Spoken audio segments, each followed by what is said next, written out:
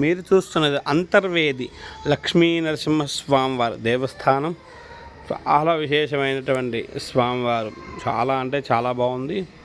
స్వామివారిని నాకు తెలిసిన కాడికి మీకు లైవ్గా చూపిస్తున్నాను. స్వామివారి యొక్క గర్భాలయ ఫొటోస్ ఇవన్నీ కూడా చాలా అంటే చాలా బాగున్నారు స్వామివారు. అయితే ఇక్కడ మనం మంచిగా బీచ్ అన్ని తిరగడానికి కూడా బీచ్ గోదావరి నది తిరగడానికి కూడా బాగుంది. ఒక 350 రూపాయలు ఒక సైడ్కి. అట్లానే గోదావరి వచ్చేసి సముద్రంలో కలిసే ప్రదేశంలో తిరిగితే 250 రూపాయలు, మొత్తం కలిపేసి 600 రూపాయలు. అటు ఇటు మొత్తం ఒక గంటన్నర సేపు తిప్పుతాడు.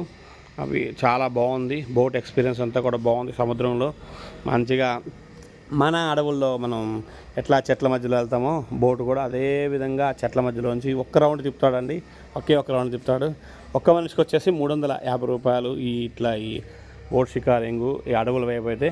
అదే గోదావరి వెళ్ళి సముద్రంలో కలిసే ప్రదేశంలోకి తిప్పితే 250 రూపాయలు.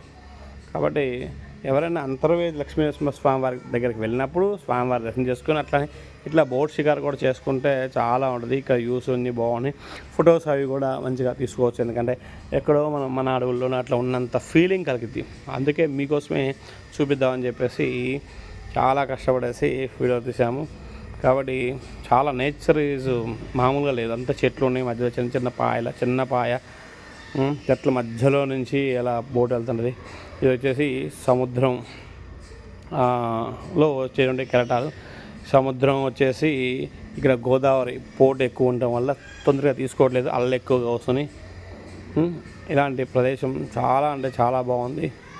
ఎప్పుడన్నా సరదాగా ఫ్యామిలీతో వెళ్ళినప్పుడు మంచిగా అంతర్వేది లక్ష్మీనరసింహ స్వామివారిని, అలానే ఇక్కడ మనం నేచర్ ఎంజాయ్ చేయడానికి మంచిగా బోట్ షికారు అవన్నీ కూడా చేసుకోవచ్చు. మీకోసం బాయ్.